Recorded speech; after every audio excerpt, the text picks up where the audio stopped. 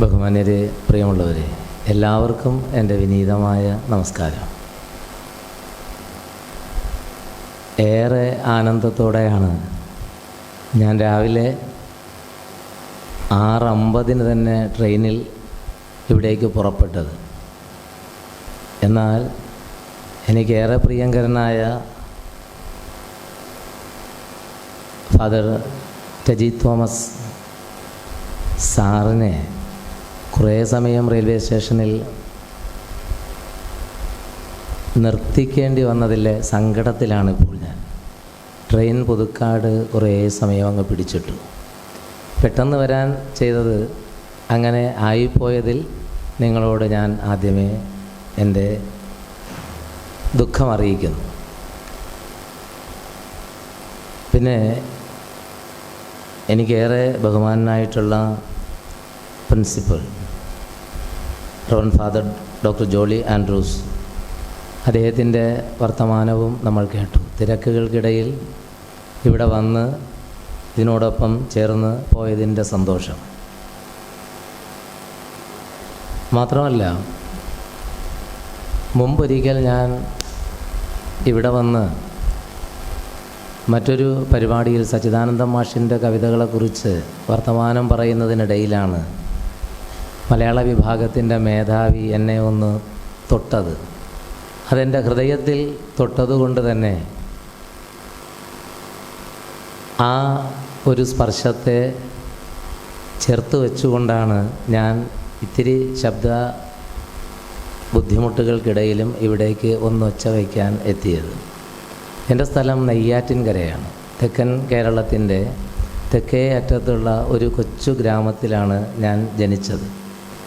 എന്നാൽ എൻ്റെ ജീവിതത്തിൽ കഴിഞ്ഞ കുറേ ആണ്ടുകളായി ഈ തൃശ്ശൂർ ജില്ലയിൽ അധ്യാപകനായി ജോലി ചെയ്യുമ്പോഴും എൻ്റെ പ്രസംഗങ്ങളിലൊക്കെ ഞാൻ കവിതയുടെ വഴികൾ തുറന്ന് പറഞ്ഞ് പോകുന്നിടത്തൊക്കെ എടുത്ത് ഇങ്ങനെ ഒന്ന് ചേർത്ത് പിടിച്ചു പോകുന്ന ഒരു വലിയ അച്ഛൻ്റെ ഓർമ്മകളുടെ എല്ലാ ഇരമ്പലും അറിയുന്ന ഈ ക്രൈസ്റ്റ് കോളേജിൻ്റെ ഇങ്ങനെ ഒരു ഇടത്തിൽ വന്ന് ഞാൻ വർത്തമാനം പറയുമ്പോൾ അതെന്നേക്കാൾ നിങ്ങളെ കൂടുതൽ സ്പർശിച്ച് നിൽക്കുന്ന വാക്കിൻ്റെ തെളിച്ചമാണെന്ന് ഞാനും തിരിച്ചറിയുന്നുണ്ട്. അതുകൊണ്ട് തന്നെ പ്രത്യേകിച്ച് പരിമിതമായ ഒരു സമയത്തിനുള്ളിൽ എത്ര തന്നെ പറയാൻ ശ്രമിച്ചാലും ഓരോ മേഖലയും സുദീർഘമായ പ്രഭാഷണങ്ങളാക്കി മാറ്റാൻ കഴിയുന്ന തരത്തിൽ തൻ്റെ ജീവിതത്തെ അർത്ഥപൂർണമാക്കിയ ഒരു മഹാനുഭാവനാണ് വിശുദ്ധ ചാവറ അച്ഛൻ. അത് അറിയണമെങ്കിൽ അദ്ദേഹത്തിൻ്റെ സംഭാവനകൾ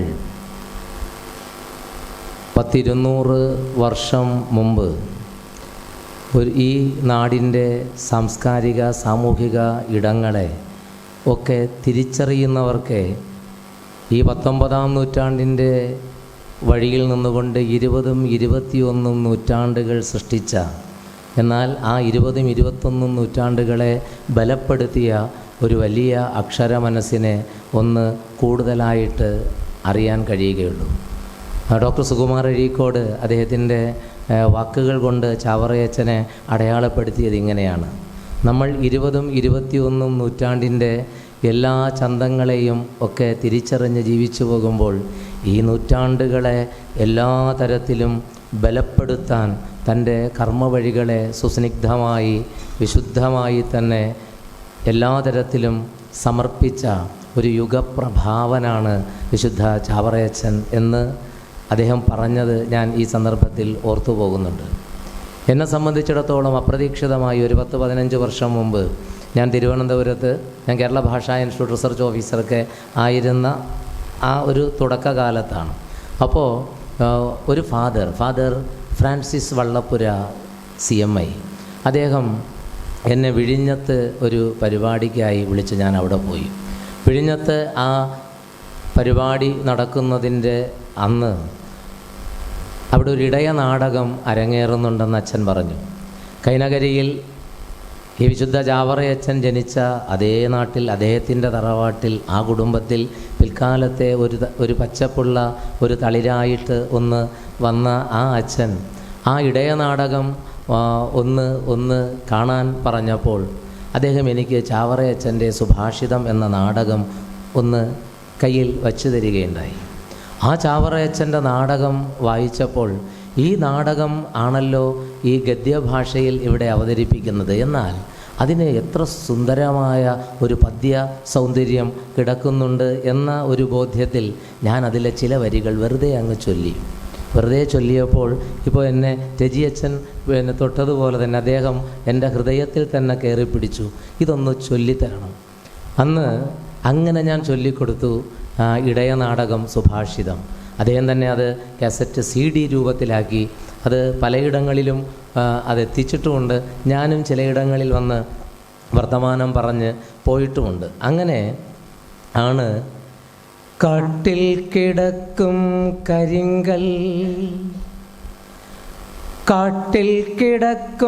കരിങ്കൽ തണുത്തിട്ടും ഒട്ടു കനമുള്ള മുട്ടിക കൊണ്ടത് തട്ടിപ്പൊടിക്കുന്ന നേരത്ത് കാണുന്ന വെട്ടം വെളിവു കൊടുക്കുന്ന തീപ്പൊരി. വിശ്വാസവും ശരണവും ഉപവിയും കഥാപാത്രമായി വരുന്ന സുഭാഷിതം നമ്മൾ വായിച്ചാൽ വിശ്വാസവും ശരണവും സ്നേഹവും ആണ് കഥാപാത്രങ്ങൾ. ചാവറയച്ചൻ്റെ കഥാപാത്രങ്ങൾ ഇങ്ങനെ നമുക്കിടയിൽ വന്ന് ചില കാര്യങ്ങൾ ഓർമ്മിപ്പിക്കുമ്പോൾ ആ ഓർമ്മപ്പെടുത്തലുകളിൽ ഈ ഭാഷയുടെ, സംസ്കാരത്തിൻ്റെ, സഹജീവി സ്നേഹത്തിൻ്റെ, കരുതലിൻ്റെ ഒക്കെ പാഠങ്ങൾ കിടക്കുന്നുണ്ട്. ഈ പാഠങ്ങളിലൂടെ ഒരു തലമുറ തളിർക്കേണ്ടതിൻ്റെ അനിവാര്യത നന്നായി തിരിച്ചറിഞ്ഞതുകൊണ്ടാണ് ചാവറയച്ചൻ ഈ ഇടയ നാടകങ്ങളിൽ ഈ പരസ്പര സ്നേഹത്തിൻ്റെ വലിയ പാഠങ്ങൾ തുറന്നിട്ടത്. അദ്ദേഹം തന്നെ പറയുന്നുണ്ട്, നൽജലതീരത്തു നിൽക്കുന്ന വൃക്ഷം, നൽജലതീരത്തു നിൽക്കുന്ന വൃക്ഷം വെള്ളത്തിനേറ്റം തണുപ്പു കൊടുക്കുന്നു. വൃക്ഷമതു തൻ്റെ പത്രം ഫലം വീണ്ടും സർവം കൊടുക്കുന്നു വെള്ളമെന്ന സമം. ജലതീരത്ത് നിൽക്കുന്ന വൃക്ഷം വെള്ളത്തിനേറ്റം തണുപ്പ് കൊടുക്കുന്നു. നോക്കൂ, ജലതീരത്ത് നിൽക്കുന്ന വൃക്ഷം അതിൻ്റെ ഈ ഇലകളെ ഈ ജലത്തിന് മുകളിലായിട്ട് നീട്ടിക്കൊടുക്കുമ്പോൾ ചുട്ടുപൊള്ളുന്ന വേനലിലും ആ ജലം ഇത്തിരി കുളിരറിയുന്നുണ്ട്. എന്നാൽ ഈ കുളിരറിയുന്ന ജലം ഈ ഇല നീട്ടിക്കൊടുക്കുന്ന മരത്തിൻ്റെ ആ കർമ്മത്തിൽ അങ്ങേയറ്റം ആനന്ദിക്കുമ്പോൾ തന്നെ ഈ മരം ഒരുപക്ഷെ എൻ്റെ ചില്ലകളാണല്ലോ നിന്നെ തണുപ്പിച്ചത് എന്ന് അല്പം ഒന്ന് അഹങ്കരിച്ചാൽ പോലും തിരിച്ചറിയേണ്ടുന്ന മറ്റൊരു പാഠമുണ്ട്.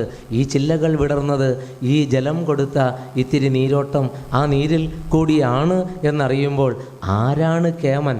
ചാവറയച്ചൻ പറയുന്നത്, ആയതിനാലെ നമ്മൾ എന്തൊക്കെ ചെയ്താലും ആയതിൻ ഫലം വീണ്ടും ഇരുവർക്കും ഒരുപോലെ. നിർജലതീരത്തു നിൽക്കുന്ന വൃക്ഷം വെള്ളത്തിനേറ്റം തണുപ്പു കൊടുക്കുന്നു. വൃക്ഷമതു തൻ്റെ പത്രം ഫലം വീണ്ടും സർവം കൊടുക്കുന്നു വെള്ളമെന്ന സമം. വായതിനാലെ നമ്മൾ ഈ പുതിയ കാലത്ത് എന്തൊക്കെ തന്നെ നമ്മൾ കേമത്വം കാണിച്ചാലും നമ്മൾ ചില സന്ദർഭങ്ങളിൽ എത്രയോ നിസ്സാരരാണെന്ന് തിരിച്ചറിയേണ്ടതുണ്ട് എന്ന് പറയുമ്പോൾ ചാവറയച്ചൻ്റെ എഴുത്തുകൾക്കകത്ത് കിടക്കുന്ന ഈ വെളിവ് കൊടുക്കുന്ന തീപ്പൊരി എന്ന് പറയുന്ന ആ ആശയത്തിൻ്റെ പൊരുളുകൾ നമ്മൾ വിദ്യാർത്ഥികൾ, ഈ അധ്യാപക സമൂഹം ഒക്കെ തന്നെ നന്നായിട്ട് അറിയേണ്ടതുണ്ട്. ചാവറയച്ചനെ നമുക്ക് എങ്ങനെ അടയാളപ്പെടുത്താം? എൻ്റെ പ്രഭാഷണത്തിന് 1 മണിക്കൂർ സമയം പോരാ എന്ന് ഞാനും തിരിച്ചറിയുന്നുണ്ട്, നിങ്ങൾക്കും അതറിയാം. അത്രത്തോളം വിശാലമായ ഒരു കടലാണ് വിശുദ്ധ ചാവറയച്ചൻ. എൻ്റെ ജീവിതത്തിൽ എളിയ കർമ്മങ്ങൾ ഇങ്ങനെയൊക്കെ ചിലത് ചെയ്യാൻ അവസരം കിട്ടിയപ്പോൾ ചിലത് അറിയാൻ ഞാൻ ശ്രമിച്ചു. അപ്പോഴാണ് എൻ്റെ അറിവുകൾക്കപ്പുറം നിന്നുകൊണ്ട് ചാവറയച്ചൻ ഇങ്ങനെ അക്ഷരവെട്ടം പരത്തുന്നത് ഞാനും തിരിച്ചറിയുന്നത്. അല്ലേ, നമ്മൾ വാഴ്ത്തപ്പെട്ടവനായി അദ്ദേഹത്തെ അറിയുമ്പോൾ അല്ലേ വിശുദ്ധനായി അദ്ദേഹത്തെ പ്രഖ്യാപിച്ച ആ സന്ദർഭത്തിൽ കേരളത്തിലെ തന്നെ ചില ചാനലുകളിൽ വന്ന് ആ എഴുത്തുകാരനെ കുറിച്ച് പറയാൻ എനിക്ക് അവസരം കിട്ടി. എല്ലാവരും ആധ്യാത്മികതയിൽ മാത്രം നിൽക്കുമ്പോൾ അക്ഷരവഴികളിലെ ചാവറയച്ചൻ ഒരു സമൂഹത്തെ എങ്ങനെയാണ് ഉണർത്തിയത് എന്നത് പറയാനുള്ള അവസരം അന്ന് എനിക്ക് കിട്ടി. നിങ്ങൾ ഒന്ന് ആലോചിച്ച് നോക്കുക, വാഴ്ത്തപ്പെട്ടവൻ തെളിച്ച ആ വഴിയിലൂടെ ഈ സമൂഹം ഇങ്ങനെ പോകുമ്പോൾ ഈ വാഴ്ത്തപ്പെട്ടവൻ ചരിത്രത്തെ നയിച്ച പാഠങ്ങൾ പലരായിട്ട് ഈ ചരിത്ര വഴികളിൽ എഴുതിയിട്ടിട്ടുണ്ട്. ചരിത്രപാഠങ്ങൾ പല ചരിത്രങ്ങളും ചാവറയച്ചനിലൂടെ മലയാളം തിരിച്ചറിഞ്ഞിട്ടുണ്ട്. കാലാതീതമായ ആ മഹാജ്യോതിസിനെക്കുറിച്ച് പലരും തന്നെ പറഞ്ഞു പോയിട്ടുണ്ട്. അനന്തര ജീവിതത്തിൻ്റെ ഏറ്റവും വലിയ സാക്ഷ്യങ്ങൾ ചാവറയച്ചൻ്റെ വാക്കുകളിലൂടെ അക്ഷര വിശുദ്ധിയായി തന്നെ പടർന്നു കിടക്കുന്നുണ്ട്. ഓർമ്മകളൊക്കെ നമ്മൾ നടത്തുമ്പോഴും ഒരിക്കലും തന്നെ മൃതിയില്ലാതെ അമൃതാക്ഷരങ്ങൾ കൊണ്ട് ഈ ചാവറ പിതാവ് ഈ സമൂഹത്തിനിടയിൽ എങ്ങനെയാണ് എല്ലാ തരത്തിലും മൃതസഞ്ജീവനിയായി നിറയുന്നതെന്ന് നമ്മൾ അറിയുന്നുണ്ട്. ഹൃദയത്തിൽ തന്നെ അക്ഷര സാന്നിധ്യം, അനശ്വരമായ ആ ഒരു ചൈതന്യം പടർത്തി വെച്ചുകൊണ്ട് വാക്കുകളിൽ ആ കയ്യൊപ്പ് പതിപ്പിച്ച ആ ചാവറയച്ചനെ നമ്മൾ കൂടുതലായി അന്വേഷിച്ചു പോകേണ്ടതുണ്ട്. വാഗ്ദേവത എത്രത്തോളമാണ് ഈ ചാവറയച്ചനിൽ ഈ നമ്മൾ അറിയേണ്ടതാണത്.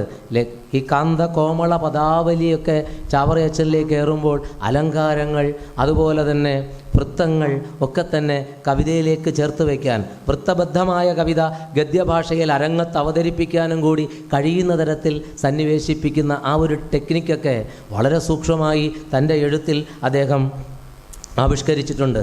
അച്ചടി രംഗത്ത് നമ്മൾ തന്നെ തിരിച്ചറിയുന്ന ഏറ്റവും വലിയ ഇടം ഒരുക്കുന്നതും ഒക്കെ തന്നെ ഒരിടത്തെ തന്നെ ഒരു വലിയ അക്ഷര ഇടമാക്കി മാറ്റുന്നതിനും എഴുത്തിടമാക്കി മാറ്റുന്നതിനും മാന്നാനത്ത് ഒക്കെ അത്തരത്തിൽ നമ്മൾ വലിയ മാറ്റങ്ങൾ തിരിച്ചറിയുമ്പോൾ ചാവറ പിതാവിൻ്റെ ആ ദീർഘവീക്ഷണം, അത് ഈ കേരള പരിസരത്തിലുണ്ടാക്കിയിരിക്കുന്ന മാറ്റങ്ങളുടെ ചരിത്രം ഒക്കെ ഓരോ വിദ്യാർത്ഥിക്കും, ഈ ഗവേഷണം നടത്തുന്ന വിദ്യാർത്ഥികൾക്ക് ഓരോ ഏരിയയിൽ നിന്നുകൊണ്ട് വളരെ സൂക്ഷ്മമായി പഠിക്കുവാൻ പാകത്തിന് കിടക്കുന്നുണ്ട്. ഇടയനാടക ശാഖയിലെ മലയാളി എന്ന എക്കലോഗുകളെക്കുറിച്ച് നമ്മൾ ചരിത്രത്തിൽ പലതും തന്നെ അറിഞ്ഞു പോകുമ്പോൾ നമ്മൾ ഗ്രീക്കിലെയും മറ്റ് പല ഇടങ്ങളിലെയും വലിയ എഴുത്തുകാരെയൊക്കെ ഉദ്ധരിച്ചുകൊണ്ട് പലതും പറഞ്ഞു പോകുമ്പോൾ മലയാള സാഹിത്യത്തിൽ ഇത്രയും സൂക്ഷ്മമായി അത് ആവിഷ്കരിച്ച ഒരു പ്രതിഭ, ഒരുപക്ഷെ അദ്ദേഹത്തിൻ്റെ മറ്റു വഴികൾ കൂടുതൽ വിശാലമായപ്പോൾ ഈ ചെറിയ ഇടങ്ങളിൽ ചേർക്കാതെ നമ്മൾ അദ്ദേഹത്തെ അങ്ങ് ഒതുക്കുകയായിരുന്നു എന്ന് നമ്മൾ തിരിച്ചറിയേണ്ടതുണ്ട്. ആ തിരിച്ചറിവുകളിലേക്ക് എത്തുമ്പോൾ ചാവറയച്ചൻ്റെ സാഹിത്യ പരിശ്രമങ്ങൾ, മലയാളത്തിൽ ആദ്യമായൊരു നാടകം, ആദ്യമായൊരു ഖണ്ഡകാവ്യം, പിന്നെ മറ്റുള്ളവരെ എഴുത്തിലേക്ക് പ്രേരിപ്പിക്കുവാൻ പാകത്തിനുള്ള നിരവധി എഴുത്തടയാളങ്ങൾ ചാവറയച്ചൻ്റേതായി കിടക്കുന്നുണ്ട്.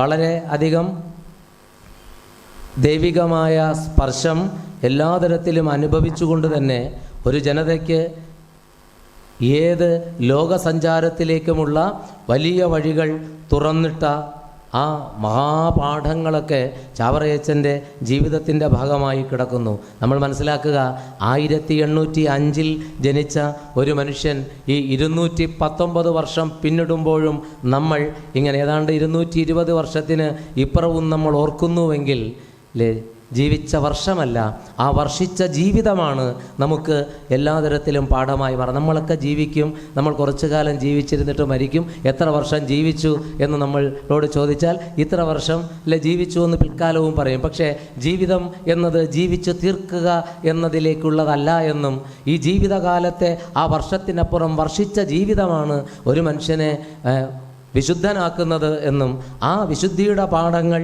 ഈ സമൂഹത്തിലേക്ക് പകർത്തി തന്ന ചാവറയച്ചൻ്റെ ജീവിതത്തെ പലപ്പോഴും പല എഴുത്തുകാരൻ്റെ പക്ഷത്ത് നിൽക്കുമ്പോൾ എഴുത്തുകാർ ചെയ്യാത്ത എത്രയോ വലിയ ഇടങ്ങൾ നമുക്ക് മുന്നിലേക്ക് ഒരുക്കിയിട്ടിട്ടാണ് ചാവറ പിതാവ് ഇന്നും നമ്മുടെ ഓർമ്മകളുടെ ആ വലിയ ഇടത്തിൽ അക്ഷരവചസ്സുകൾ ചൊരിഞ്ഞ് നിൽക്കുന്നത് എന്നതും നമ്മൾ മനസ്സിലാക്കേണ്ടതുണ്ട്. ഇവിടെ നേരത്തെ തന്നെ രജി അച്ഛൻ സൂചിപ്പിച്ചു പോയ ആ ചെറിയ വാക്കുകളിൽ തന്നെ വലിയ ആശയങ്ങൾ അതിലേക്ക് എടുത്തു വെച്ചാണ് പോയത്. അതിലേക്ക് പോയാൽ മണിക്കൂറുകൾ തന്നെ എനിക്കും സംസാരിക്കാനുണ്ട്. അദ്ദേഹവും വളരെ പെട്ടെന്ന് അത് ചുരുക്കിയതും സമയത്തിൻ്റെ പരിമിതി കൊണ്ടാണെന്ന് ഞാൻ മനസ്സിലാക്കുന്നുണ്ട്. ചുമരുകളുടെ കനമല്ല, അതിനുള്ളിൽ പാർക്കുന്നവരുടെ പുണ്യമാണ് സന്യാസ സമൂഹത്തെ ബലമുള്ളതാക്കുന്നത് എന്ന് ചാവറയച്ചൻ എത്രയോ മുമ്പ് നമുക്കിടയിലേക്ക് ഒന്ന് പറഞ്ഞു വെച്ചു. സ്ത്രീ വിദ്യാഭ്യാസം സന്യാസിനി സഭ തുടങ്ങിക്കൊണ്ട് തന്നെ അവിടെ ദൈവസ്നേഹത്തിൻ്റെ വലിയ പാഠങ്ങൾ പകർത്തിക്കൊണ്ട് ഒരു സമൂഹത്തെ നമ്മൾ ഇന്ന് സ്ത്രീ ശാക്തീകരണം എന്നൊക്കെ പറഞ്ഞ് പുതിയ കാലം പഠിക്കുവാനും പാകത്തിന് ഒരുക്കിയിട്ടിരിക്കുന്ന ഇടങ്ങളിൽ ഈ ശാക്തീകരണത്തിൻ്റെ പാഠങ്ങൾ ഈ സമൂഹത്തിലേക്ക് പകർത്തിക്കൊടുക്കുന്നതിന് വേണ്ടി തൻ്റെ എഴുത്തിലും അത് ശ്രദ്ധിച്ചു. പ്രാർത്ഥനാഗീതങ്ങൾ നിരവധി അദ്ദേഹം നമുക്കായി തന്നുപോയിട്ടുണ്ട്. മതസൗഹാർദ്ദത്തിൻ്റെ, മതസഹിഷ്ണുതയുടെ ഒക്കെ പാഠങ്ങൾ ചേർത്തുകൊണ്ടാണ് ചാവറ പിതാവ് അദ്ദേഹത്തിൻ്റെ എഴുത്ത് ഈ സമൂഹത്തിനായി സമ്മാനിച്ചത്. അത് ഒരു മതത്തിൻ്റെയോ അല്ലെങ്കിൽ ഒരു ജാതിയുടെയോ ഇടങ്ങളിലേക്ക് ഒതുക്കുന്നതില്ല. അത് മതാതീതമായ സ്നേഹത്തിൻ്റെ, മാനവസ്നേഹത്തിൻ്റെ, മൈത്രിയുടെ വലിയ ആശയങ്ങളിലേക്കാണ് ഓരോ മനസ്സിനെയും കൂട്ടിക്കൊണ്ടുപോകുന്നത്. അത് മാത്രമല്ല, ഈ കന്യാസ്ത്രീ മഠങ്ങളുടെ ആ ഒരു ആരംഭത്തിലൂടെ തന്നെ സ്ത്രീ വിദ്യാഭ്യാസത്തിനൊപ്പം അദ്ദേഹം ചെയ്തത് അവരുടെ തൊഴിൽ ഒരു സംസ്കാരവും കൂടെ രൂപപ്പെടുത്തുക എന്നാണ്. ഇതൊക്കെ നിങ്ങൾ മനസ്സിലാക്കുക. 150 വർഷത്തിന് മുമ്പുള്ള കേരളത്തിൻ്റെ ചരിത്രം അല്ലേ നമ്മൾ തിരിച്ചറിയേണ്ടതുണ്ട്. ആ ചരിത്രങ്ങളുടെയൊക്കെ തുടർച്ചയിലാണ് 1888 ശ്രീനാരായണ ഗുരുദേവൻ അരുവിപ്പുറത്തെ ശങ്കരൻ കുഴിയിൽ മുങ്ങിയിട്ട് പതിതനെ എടുത്ത് ഉയർത്തി വെച്ചിട്ട്, ഇതാ താഴെ കിടന്നൊരു കല്ല് ഇതാ ഞാനെടുത്ത് ഉയർത്തി വെച്ചിട്ടുണ്ട്, ഈ കല്ലിനെ നിങ്ങൾ തൊഴൂ, കാരണം പതിതനെ ഞാൻ ദിവ്യനാക്കിയിട്ടുണ്ടെന്ന് പറഞ്ഞു. ആ ചരിത്രമൊക്കെ നമ്മൾ വായിച്ചു പോകുന്നുണ്ട് അല്ലേ. മാനവികതയുടെ, മതസൗഹാർദ്ദത്തിൻ്റെ, നവോത്ഥാനത്തിൻ്റെ ചരിത്ര വഴികളിൽ നിന്നുകൊണ്ട് നമ്മൾ ഒത്തിരി ചരിത്രപാഠങ്ങളെയൊക്കെ അന്വേഷിച്ചു പോകുമ്പോഴും അതിനപ്പുറം നിന്നുകൊണ്ട് നമ്മുടെ കൺതുറപ്പിച്ച ചിലയിടങ്ങളെ നമ്മൾ എന്തുകൊണ്ടോ കണ്ണടച്ചു പോകുന്നു. കാരണം നമുക്ക് കണ്ണിൽ വെട്ടം തരുന്ന തരത്തിൽ മറ്റു പലതും കിടക്കുന്നുണ്ട്. ചാവറയച്ചൻ ചെയ്തിട്ടിരിക്കുന്ന വലിയ ലോകത്തിനിടയിൽ ഈ അക്ഷര വഴികളെ ആരും അങ്ങനെ കൂടുതൽ ശ്രദ്ധിക്കാതെ പോയി. കാരണം അതിനേക്കാൾ ശ്രദ്ധിക്കുവാൻ പാകത്തിനുള്ള പലതും കിടക്കുന്നു എന്ന് അവർ അങ്ങനെ ചിന്തിച്ചു. പക്ഷേ ചിന്തിക്കുവാൻ പാകത്തിലുള്ള ചരിത്രം അദ്ദേഹം അവിടെ അടയാളപ്പെടുത്തിയിട്ടുണ്ട്. ആ ചരിത്രപാഠങ്ങളെ അന്വേഷിച്ചു പോകുവാൻ പാകത്തിന് ക്രൈസ്റ്റ് പോലുള്ള കോളേജുകൾ ഓട്ടോണമസ് കോളേജുകളാണല്ലോ. ആ ഓട്ടോണമസ് ആകുമ്പോൾ തന്നെ അവിടെ നമുക്ക് ഗവേഷണത്തിന് ആയി പോകുന്ന ഇടങ്ങളിൽ ഈ കാലം കൂടുതൽ അന്വേഷിച്ചു പോകേണ്ടുന്ന ഒത്തിരി പാഠങ്ങളുണ്ട്. 20-ാം നൂറ്റാണ്ടിൻ്റെ ആദ്യകാലത്ത് അനസ്താസിയയുടെ രക്തസാക്ഷ്യം, അന്ന് പ്രത്യേക രീതിയിലൊരു കാവ്യശൈലിയിൽ ചാവറയച്ചൻ എഴുതി അനസ്താസിയയുടെ രക്തസാക്ഷ്യം എന്ന ഒരു ഖണ്ഡകാവ്യം. നമ്മൾ ഖണ്ഡകാവ്യങ്ങളുടെ ചരിത്രമൊക്കെ പഠിച്ചു പോകുമ്പോൾ, നമ്മൾ അല്ലെങ്കിൽ സാഹിത്യത്തിൻ്റെ ചരിത്രം പഠിച്ചു പോകുമ്പോൾ നമ്മൾ അതിന് 34 വർഷം ഇപ്പുറത്തേക്കൊക്കെ പിറന്ന കൃതികളൊക്കെ എടുത്ത് നമ്മളിങ്ങനെ ഉയർത്തി കാണിക്കാറുണ്ട്. മലയവിലാസം നമ്മൾ പറയും, AR രാജരാജവർമ്മയുടെ മലയവിലാസത്തെക്കുറിച്ച് പറയും. അതങ്ങ് ഒരു അല്ലേ തീവണ്ടി യാത്രയിൽ ഈ പർവ്വതം കണ്ടു, ആ ഒരു സന്ദർഭത്തിലുണ്ടായ ആ അനുഭവങ്ങൾ അല്ലെ. Poetry is the spontaneous overflow of powerful feelings recollected in tranquillity. ഏകാന്തതയിൽ അനുസ്മരിക്കുന്ന വികാരങ്ങളുടെ അനർഗള പ്രവാഹമാണ് കവിത എന്നതിൽ നിന്നുകൊണ്ട് കാൽപ്പനികതയുടെ ആ ഒരു പ്രീ റൊമാൻറ്റിക് കാലത്തിൻ്റെ വഴികളിൽ നിന്നുകൊണ്ട് നമ്മൾ ഇതൊക്കെ എടുത്ത് ഉയർത്തും. എന്നാൽ അതിനും 34 വർഷം മുമ്പ് അനസ്താസിയയുടെ രക്തസാക്ഷ്യം എഴുതിയ ചാവറ പിതാവിനെ, അനസ്താസിയയുടെ രക്തസാക്ഷ്യം പ്രിയപ്പെട്ട കുട്ടികൾ കേട്ടിട്ടുണ്ടോ? അങ്ങനെ ഒരു കാവ്യത്തെക്കുറിച്ച്, അങ്ങനെ ഒരു കൃതിയെക്കുറിച്ച് കേട്ടിട്ടില്ല. നോക്കൂ, 1895 മലയവിലാസം പിറന്നു. 1861 അനസ്താസിയയുടെ രക്തസാക്ഷ്യം പിറന്നു. നമ്മൾ ഒന്ന് അന്വേഷിച്ചു പോകണം. അന്വേഷിച്ചു പോയാലോ? കന്നി തൻ്റെ ദേഹമൊക്കെ ചിന്തിയവൻ പൊളിച്ചിട്ട് ചിന്തി വീഴും ചോര കൊണ്ടു കൂതിർത്തു ഭൂമി. കന്നി തൻ്റെ ദേഹമൊക്കെ ചിന്തിയവൻ പൊളിച്ചിട്ട് ചിന്തി വീഴും ചോര കൊണ്ടു കൂതിർത്തു ഭൂമി. വെള്ളി പോലെ വെളുത്തുള്ള കന്നി തൻ്റെ പല്ലുകളെ വലിയൊരു ചുറ്റികയാൽ തല്ലി പിടിച്ചു. ഏത് വൃത്തമാണെന്നറിയോ? ഏത് വൃത്തമാണെന്നറിയോ?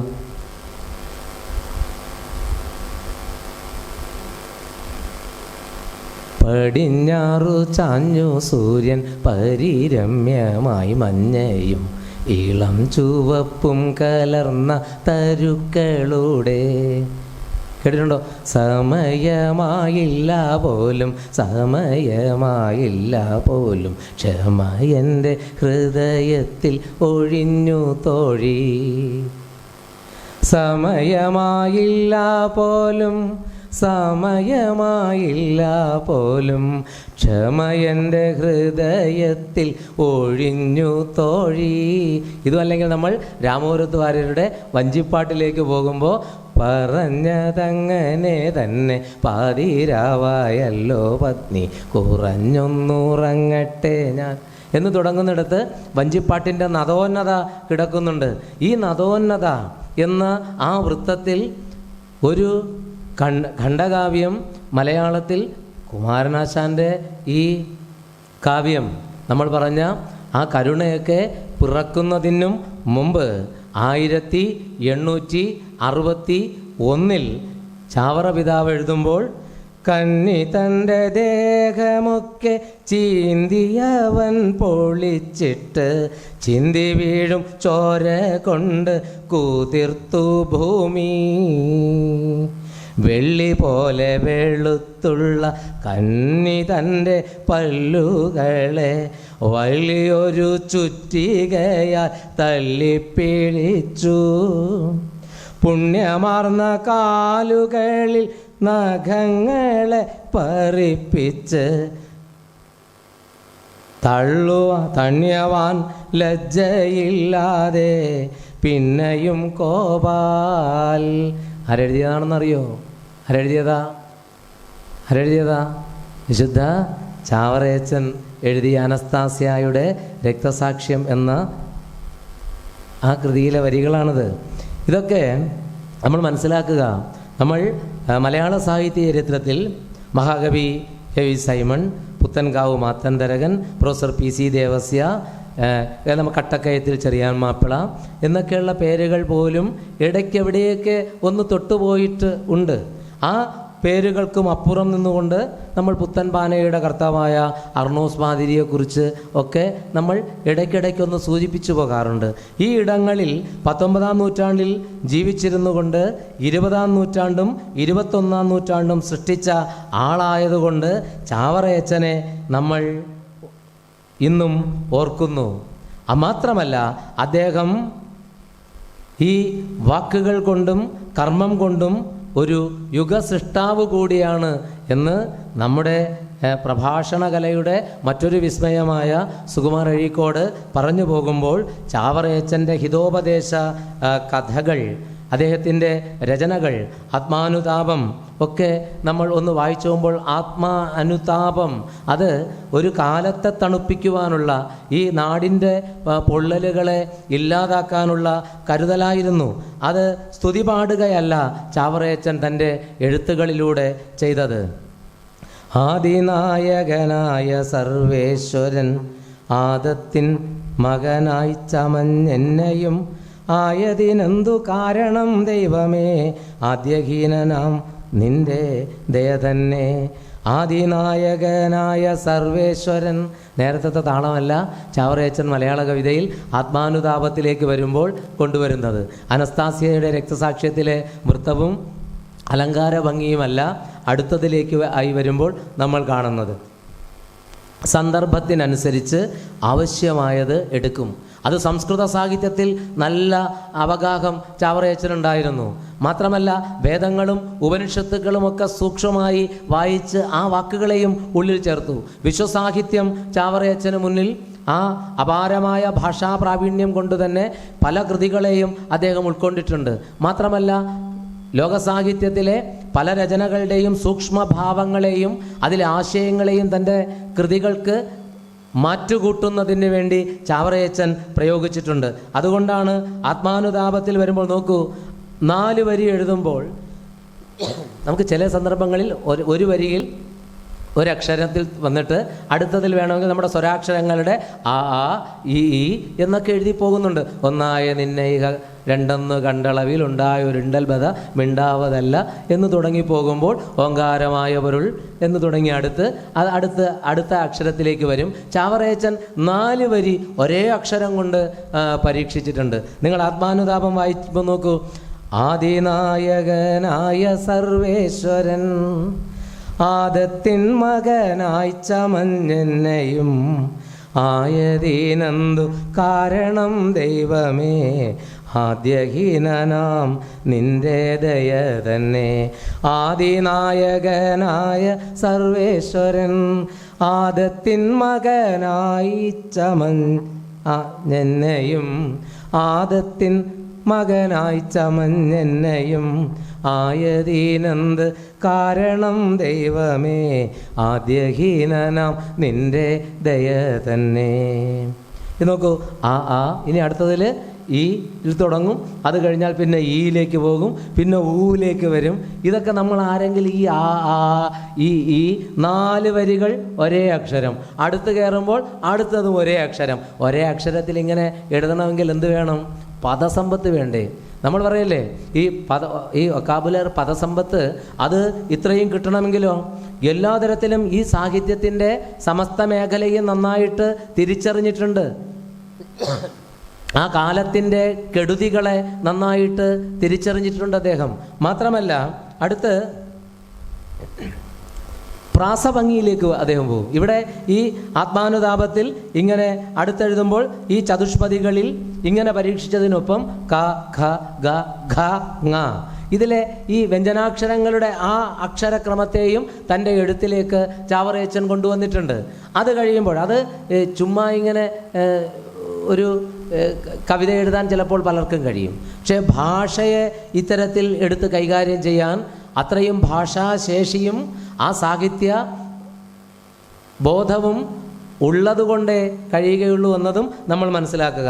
അതുപോലെ തന്നെ പ്രാസഭംഗിയിലേക്ക് പ്രാസം വേണമോ വേണ്ടേ എന്നുള്ള വാദങ്ങളൊക്കെ പിൽക്കാല മലയാളത്തിൽ നമ്മൾ കണ്ടു. പ്രാസവാദം കൊടുങ്ങല്ലൂർ കുഞ്ഞിക്കുട്ടി നമുക്കറിയാമല്ലോ. കേരളൂർ മലയു തമ്പുരാനും ഏയാറും തമ്മിൽ അങ്ങോട്ടും ഇങ്ങോട്ടും നിന്നുകൊണ്ട് 2 ചേരികളെ ഉണ്ടാക്കി പ്രാസവാദം നടന്ന അവസാനം പ്രാസം വേണമെന്നുള്ളവർ പ്രാസത്തിൽ എഴുതിക്കൊള്ളൂ, പ്രാസം വേണ്ട എന്നുള്ളവർ പ്രാസം വേണ്ട എന്നും എഴുതുക. അപ്പോൾ നമ്മൾ ഉമാകേരളം എടുത്തു വെച്ച് വായിക്കും. ശ്രീകേറ്റലാസ്യപദമായി ഭുവി സഖ്യമാകും ആ കേളി പൂണ്ട മലയുണ്ട് വിളങ്ങിടുന്നു ഈ കേരളാഖ്യ വിഷയത്തിന് നേർകിഴക്കായി ഊക്കേറിടും പ്രകൃതി കെട്ടിയ കോട്ട പോലെ ബന്ധ്യം ശമിക്കരിശമെന്ന് അറിവാർന്നൊടുക്കം വിന്ധ്യപ്രഭേദി മുനി സഖ്യം ഇതിൽ തപിപ്പാൻ സന്ധ്യർത്തി കുന്നുകളൊടൊന്ന വിധം കടന്നു സന്ധ്യയ്ക്ക് ചണ്ഡകിരണൻ ചരമാദ്രിയിൽ പോൽ. അപ്പോൾ അപ്പുറത്ത് നമ്മൾ വീണ്ടും പല കൃതികളെയും എടുത്ത് അങ്ങനെ പ്രാസത്തിൻ്റെ ചരിത്ര വഴികളെ, പക്ഷെ ആ പ്രാസചരിത്രത്തിൽ നിന്നുകൊണ്ട് പ്രാസവാദത്തിൽ നിന്നുകൊണ്ട് കവിതകളെയൊക്കെ അന്വേഷിച്ചു പോകുമ്പോൾ ഈ പ്രാസത്തിൻ്റെ ഇത്തരത്തിലുള്ള നിഷ്ഠകളെ നമ്മൾ സാഹിത്യചരിത്രത്തിൽ എവിടെയെങ്കിലും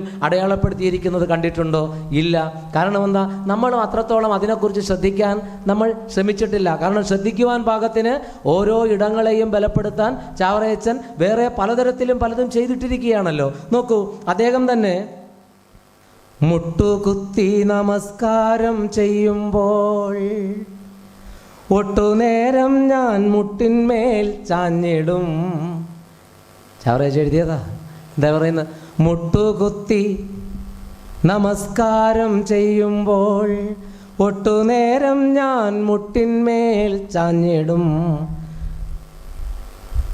രാജപം ദേവമാതാവിൻ പ്രാർത്ഥന രാജരാജനായി ഈശോതൻ നാമങ്ങൾ എന്നീ വണ്ണം ഓരോരോ ജപങ്ങളെ നന്ദിയോടുച്ചരിക്കുന്ന നേരത്ത് മന്ദമായതു കെട്ടിരുന്നും കൊണ്ടാ സുന്ദരിയുടെ പാതയുറങ്ങി ഞാൻ.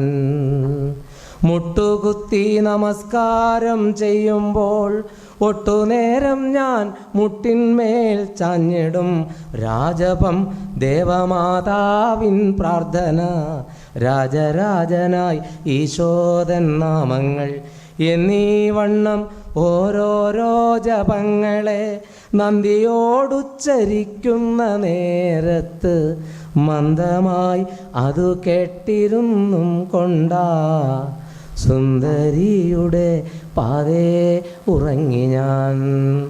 നമ്മൾ നോക്കുക, പലപ്പോഴും നമ്മളും പ്രാർത്ഥനകൾ നടത്തും. എൻ്റെ നാട്ടിൽ, തെക്കൻ നാട്ടിലാണെങ്കിൽ അവിടുത്തെ പ്രാർത്ഥനകൾ ഞാനും വളരെ മനപ്പാടമാണ്. നന്മ നിറഞ്ഞ മറിയമേ സ്വസ്തി, കർത്താവ് നിന്നോടുകൂടെ, സ്ത്രീകൾ നീ അനുഗ്രഹിക്കപ്പെട്ടവളാകുന്നു. ഈ പ്രാർത്ഥനകൾ ഇങ്ങനെ പോകും. നിൻ്റെ ഉദരത്തിന് ഫലമായി ഈശോ അനുഗ്രഹിക്കപ്പെട്ടവനാകുന്നു. പരിശുദ്ധ മറിയമേ തമ്പുരാൻ്റെ അമ്മേ, പാപികളായ ഞങ്ങൾക്ക് വേണ്ടി ഇപ്പോഴും ഞങ്ങളുടെ മരണസമയത്തും തമ്പുരാനോട് അപേക്ഷിക്കണമേ എന്ന പ്രാർത്ഥന ഇങ്ങനെ നമ്മൾ കേൾക്കുന്നുണ്ട്. ചാവറ പിതാവ് ഈ കവിത എഴുതുമ്പോൾ അതിലെ ദ്വിതീയാക്ഷരപ്രാസം നോക്കൂ, വാക്കുകളെ ഇങ്ങനെ കോർത്ത് കെട്ടുന്നു.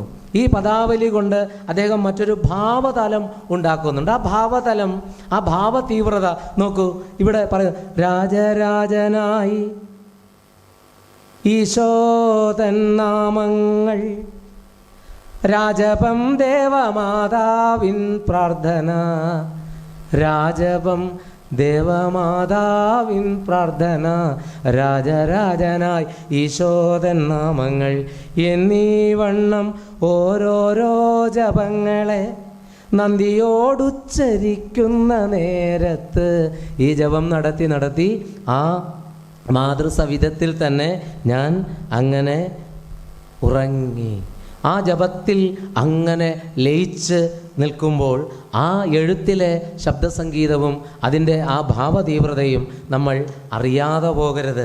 അറിയണമെങ്കിൽ നമ്മൾ അത് വായിച്ചു പോകേണ്ടതുണ്ട്. അല്ലേ, നമ്മളിപ്പോൾ ഈ ചില സൂക്ഷ്മ സ്വഭാവ വർണ്ണനകൾ ഒക്കെ നമ്മൾ എഴുതുമ്പോൾ നമ്മൾ വള്ളത്തോളിൻ്റെ കവിതയും മറ്റു പല കവിതകളും എടുത്ത് സൂക്ഷ്മ സ്വഭാവോക്തിയെ അലങ്കാരം പഠിപ്പിക്കും. അല്ലേ, സൂക്ഷ്മ സ്വഭാവം വർണ്ണിച്ചാൽ സ്വഭാവോക്തി എന്ന് നമ്മൾ പറയാറുമുണ്ട്. നോക്കൂ, യേശുവിനെ ഉൾക്കണ്ണാൽ കണ്ടിട്ട് ചാവറ പിതാവ് എഴുതുന്നുണ്ട്.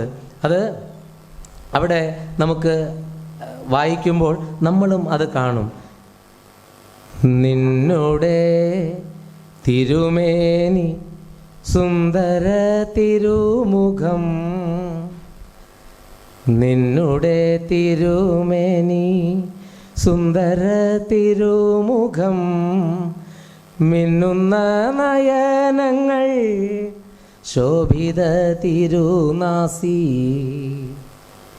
കവിത പുതിയ കാലത്തിപ്പോൾ പുതിയ കവികൾ ചൊല്ലുമ്പോൾ ഇങ്ങനെ നിന്നുടെ തിരുമേനി. നോക്ക്, ഏതാ വൃത്തം? നിങ്ങൾ ചാവറേച്ചൻ്റെ വൃത്ത പ്രാവീണ്യം നോക്കുക. ആ കാലത്ത് ഈ എല്ലാവരും ഈ കേൾക്കുന്ന ഈ താളങ്ങളിൽ പിൽക്കാലത്ത് നമ്മൾ അറിഞ്ഞ വൃത്തം, AR രാജരാജവർമ്മ വൃത്തമഞ്ജരി എഴുതുന്നതിന് മുമ്പുള്ള രചനയാണ്. വൃത്തമഞ്ജരി എഴുതുമ്പോൾ AR പറഞ്ഞു എന്താണ്, വൃത്തമുണ്ട്, ആ വൃത്തത്തിൽ കേകയുണ്ട്, 3 2 2 3 2 2 എഴുത്തുകൾ, 14 6 ഗണം, പാദം 2 1 പോൽ, ഗുരു ഒന്നെങ്കിലും വേണം, മാറാതോരോ ഗണത്തിലും നടുക്ക് എതി പാദാതി പൊരുത്തമിത് കേകയാം. ഈ കേകയിൽ നമ്മൾ പഠിച്ചു. നമ്മളൊക്കെ പഠിച്ചത് 1950 ശേഷം വന്ന, അതിനു മുമ്പൊക്കെ ചിലരൊക്കെ എഴുതിപ്പോയതിലൊക്കെ കേകയുണ്ട്. പക്ഷെ എൻ്റെ കാലത്ത് ഞാൻ പഠിച്ചത് അങ്കണത്തൈമാവിൽ നിന്നാദ്യത്തെ പഴം വീഴേ അമ്മതൻ നേത്രത്തിൽ നിന്നുതിർന്നു ചുടു കണ്ണീർ. കേകയാണ്. നോക്കൂ, ചാവറേച്ചൻ എഴുതുമ്പോൾ ഈ കേക നിന്നുടെ തിരുമേനി, നിന്നുടെ തിരുമേനി സുന്ദര തിരുമുഖം, മിന്നുന്ന നയനങ്ങൾ ശോഭിത തിരുനാസി, ചുവന്നോരാധരങ്ങൾ ശംഖവത് ദന്തങ്ങളും, ചുണ്ടിൽ നിന്നൊഴുകുന്ന തെൻതുള്ളി സ്വരങ്ങളും, പാർക്കുവാൻ കൊതിക്കുന്നു, കേൾക്കുവാൻ ആശിക്കുന്നു, പാർക്കുവാൻ കൊതിക്കുന്നു, കേൾക്കുവാൻ ആശിക്കുന്നു, നിന്നുടെ തിരുമേനി സുന്ദര തിരുമുഖം, മിന്നുന്ന നയനങ്ങൾ ശോഭിത തിരുനാസി. നമ്മളിങ്ങനെ നോക്കിയിട്ട് ചാവറേച്ചൻ ഇപ്പോൾ ഞാനിങ്ങനെ പ്രസംഗിച്ചുകൊണ്ട് നിൽക്കുമ്പോൾ, ഈ പ്രഭാഷണം നടത്തുമ്പോൾ എനിക്ക് അനുഗ്രഹം ചൊരിഞ്ഞ് നിൽക്കുകയാണ് എന്ന് ഞാനും ഇവിടെ നിന്ന് കാണുന്നുണ്ട്. ചാവറേച്ചൻ്റെ അരുൾ അത് 1 മണിക്കൂർ എന്നല്ല 5 മണിക്കൂർ കൊണ്ട് പ്രസംഗിച്ചാലും തീരാത്ത ചാവരുൾ നിങ്ങൾ വായിച്ചാൽ മനസ്സിലാകും. ഈ പുതിയ കാലമൊക്കെ ഇങ്ങനെ വല്ലാതെ തെറ്റിപ്പോകുമ്പോൾ, ജീവിതത്തിൻ്റെ ഇടങ്ങൾ പിന്നെ ഇല്ലാതാകുമ്പോൾ, ചാവറേച്ചൻ തന്നെ പറയുന്നുണ്ട്, ബന്ധുവീടുകളിലേക്കും ഈ കൊച്ചുകുട്ടികളെയൊക്കെ നമ്മളങ്ങനെ അയക്കാറുണ്ട്. പക്ഷേ ബാലപീഡനങ്ങളൊന്നും നടക്കാത്ത ആ ഒരു നല്ല കാലത്ത് പോലും വരും കാലം എങ്ങനെയാണ് കെട്ടുപോകുന്നത്, എവിടെയാണ് നമ്മൾ സാൻമാർഗിക വഴികളിൽ നിന്ന് അകന്നു പോകുന്നത്, എവിടെയാണ് ലഹരിയുടെ ഉപയോഗത്തിലേക്ക് തലമുറ അടക്കം ചെയ്യപ്പെടുന്നത്, അവിടെ ഒരു തരത്തിൽ നോക്കൂ, സ്നേഹത്തിൻ്റെ അരുളായി തന്നെ ആ വാക്കുകൾ എത്രയോ ഹിതമായ ഉപദേശങ്ങളിലൂടെ ചാവരുൾ എന്ന ആ സൂക്ഷ്മമായ അക്ഷര അടയാളപ്പെടുത്തലുകളിൽ കിടക്കുന്നുണ്ട്. അതൊക്കെ എടുത്തു വെച്ച് പുതിയ കാലം വായിക്കേണ്ടതുണ്ട്. അങ്ങനെ വായിച്ചു പോയാൽ നമ്മുടെ ജീവിതത്തിൽ നമ്മൾ കുറേയൊക്കെ മെച്ചപ്പെടും. കുരൂപോർ ബേഡോ ലക്ഷർ അധൂരി ശിക്ഷാക്ക നിശാൻ ഹെ എന്ന് മഹാത്മാഗാന്ധി പിന്നീട് പറഞ്ഞു. ഏതാണ്? വികൃതവും വിചിത്രവുമായ കൈയക്ഷരം അധമ വിദ്യാഭ്യാസത്തിൻ്റെ, വികലമായ വിദ്യാഭ്യാസത്തിൻ്റെ അടയാളമെന്നാണ്. അങ്ങനെയാണെങ്കിൽ ഈ ഗാർഹിക വിദ്യാഭ്യാസം അല്ലെ, ജീവിതത്തിൻ്റെ സമസ്ത മേഖലകളിലെയും അല്ലെ, ബാല്യം മുതൽ നമ്മൾ ഈ ലേക്ക് എത്തുന്ന ആ സന്ദർഭം വരെയുള്ള നമ്മുടെ ജീവിത വഴികളിൽ ഒരുപക്ഷെ ഈ ചാവറ എന്ന വാക്കിനെ സുകുമാർ അഴീക്കോട് പറഞ്ഞ ആ ഒരു പൊയ്റ്റിക്കായ ഒരു നിരീക്ഷണമുണ്ട് അല്ലേ? അത് ആ നിത്യതയിലേക്കുള്ള ആ അറയിലേക്ക് തന്നെ, നിത്യതയുടെ അറയിൽ നിന്നുകൊണ്ട് നമ്മെ ഇപ്പോഴും ഉപദേശിക്കുമ്പോൾ ആ വാക്കുകൾ, ആ അരുളുകൾ നമുക്ക് മുന്നിൽ ഏറ്റവും വലിയ ഓർമ്മപ്പെടുത്തലുകൾ തരുന്നുണ്ട്. സമയപരിമിതി കൊണ്ട് ഞാൻ അതിൻ്റെ സൂക്ഷ്മതയിലേക്ക് പോകുന്നില്ല. ആ കൃതി അല്ലേ, നമ്മൾ നോക്കുക, അത്തരത്തിലുള്ള അക്ഷരങ്ങൾ ഏറ്റവും സൂക്ഷ്മമായ കൃതികളായി തന്നെ നമുക്ക് മുന്നിൽ സുകൃതം സമ്മാനിക്കുമ്പോൾ, ആ വലിയ ഓർമ്മകൾ ഉണ്ടാക്കുമ്പോൾ, ഇവിടെ നോക്കൂ, കാരുണ്യരൂപനാം ദൈവകുമാരൻ്റെ ആരുണ്യശോഭയെ കാണാകേണം. കാരുണ്യരൂപനാം ദൈവകുമാരൻ്റെ ആരുണ്യശോഭയെ കാണാകേണം. മാനുഷ നീചവേഷത്തെ ധരിച്ചൊരു മാനുഷത്രാതാവെ കാണാകേണം. വൃത്തമേതാ? ലാലാല ലാലാല ലാലാല ലാലാല ലാലാല ലാലാല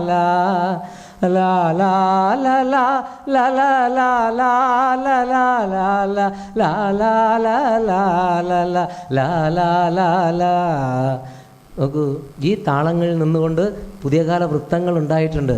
നമ്മൾ നോക്കൂ, കാകളി, കളകാഞ്ചി, ഊനകാകളി, അന്നനട, കേക, മഞ്ചരി തുടങ്ങി പലതരത്തിലുള്ള ഭാഷാവൃത്തങ്ങളെ അതിസൂക്ഷ്മമായി തൻ്റെ കവിതകളിലേക്ക് കൊണ്ടുവരുമ്പോൾ, ഇവിടെ നമുക്ക് ആ കവിതകളെ ശബ്ദസംഗീതത്തിൻ്റെയും ഭാവതീവ്രതയുടെയും ഇടങ്ങളിൽ നിന്നുകൊണ്ട് ഒന്ന് തുറന്ന് കാണിക്കാൻ നമുക്ക് കഴിയും. അവിടെയാണ് സൂക്ഷ്മ സ്വഭാവോക്തി വർണ്ണനയിൽ കൃത്യമായി യേശുദേവനെ നമുക്ക് മുന്നിലായി ഒന്ന് കാണിക്കുന്ന ഒരു ചിത്രത്തിൽ എന്നതുപോലെ കാണിക്കുമ്പോൾ, ചുവന്നോരധരങ്ങൾ